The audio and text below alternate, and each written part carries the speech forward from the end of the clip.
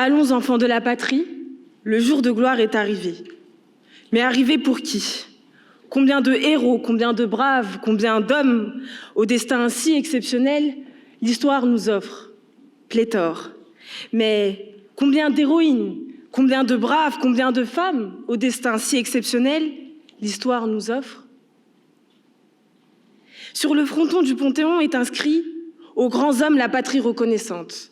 La patrie, cette communauté sociale et politique à laquelle hommes et femmes appartiennent, ne reconnaît que trop souvent qu'une seule face de la pièce, celle des hommes. Pourtant, l'heure est au rééquilibrage, mais la patrie peine à comprendre que nous femmes, appartenons à l'autre face de la pièce. Au Panthéon, de grands hommes se succèdent depuis des siècles, que des hommes. Jusqu'en 1907, avec l'entrée en grande pompe de Sophie Berthelot. Mais Sophie Berthelot n'est pas rentrée au Panthéon pour ce qu'elle est, mais parce que son époux, Marcellin Berthelot, ne pouvait se résoudre à vivre sans elle, raison pour laquelle elle repose au Panthéon. Triste et magnifique symbole. Retenez bien les paroles d'Aristide Briand, ministre de l'époque, lors de son éloge, qui dit « Elle avait toutes les qualités rares qui permettent à une femme belle et gracieuse, douce et aimable et cultivée d'être associée aux préoccupations, aux rêves et aux travaux d'un homme de génie. Ainsi, seules les femmes se parant de ces qualités peuvent se voir le droit d'être enterrées parmi les dieux. Je ne crois pas que Mirabeau ou Marat, tour à tour enterrés au Panthéon puis exclus, pouvaient se vanter d'avoir de telles qualités. Mais il est toujours demandé aux femmes d'être des monstres de perfection. Cela va de soi. Par la suite, 4 autres femmes entreront au Panthéon. Marie Curie, Geneviève de Gaulle et enfin Simone Veil. Simone Veil, parlons-en. Michel Perrault résume parfaitement cette femme. Simone Veil est à la fois un grand homme et une grande femme. Un grand homme parce qu'elle incarne les principaux combats du XXe siècle, l'égalité entre les sexes, l'espérance européenne, la mémoire de la Shoah. Et une grande femme parce qu'elle a toujours été au cours de sa vie une pionnière, prenant sa place dans un espace public jusqu'ici toujours réservé aux hommes, comme magistrate, puis ministre, puis présidente du Parlement européen. Est-ce que finalement, pour être une femme d'exception, il ne faudrait pas être un surhomme, une virago en somme? Dans notre définition contemporaine, la virago, c'est une femme qui a l'allure, les manières d'un homme, une définition lourde de sens. Mais à l'origine, une virago, c'est une femme audacieuse, courageuse, une véritable héroïne. Le point commun entre toutes ces femmes d'exception, c'est qu'elles ont transcendé une condition sociale, une culture, une religion, une époque, pour faire des choses extraordinaires. Pour être une femme d'exception, il faut que la femme se dépasse, se surpasse, puis trépasse. Mais est-ce que cela suffit?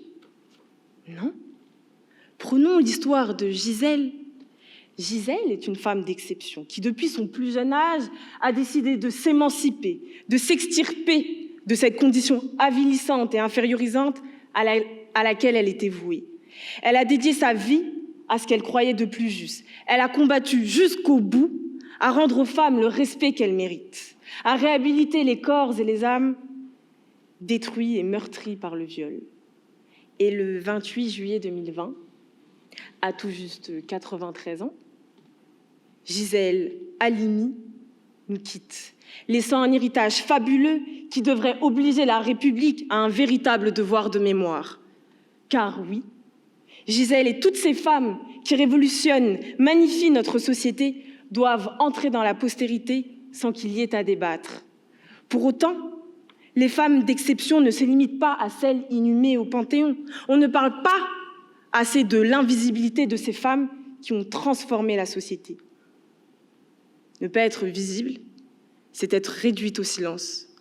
C'est voir les exploits d'une vie doucement, progressivement oubliée par les générations futures. D'ailleurs, regardez ma petite sœur, Éléonore Clara, 12 ans. C'est une pépite, un enfant curieux de tout. Elle et moi avons la même mère qui, comme la mère de Romain Gary dans La promesse de l'aube, s'est sacrifiée pour que nous puissions avoir l'éducation que nous avons aujourd'hui. Ma sœur connaît tous les grands hommes.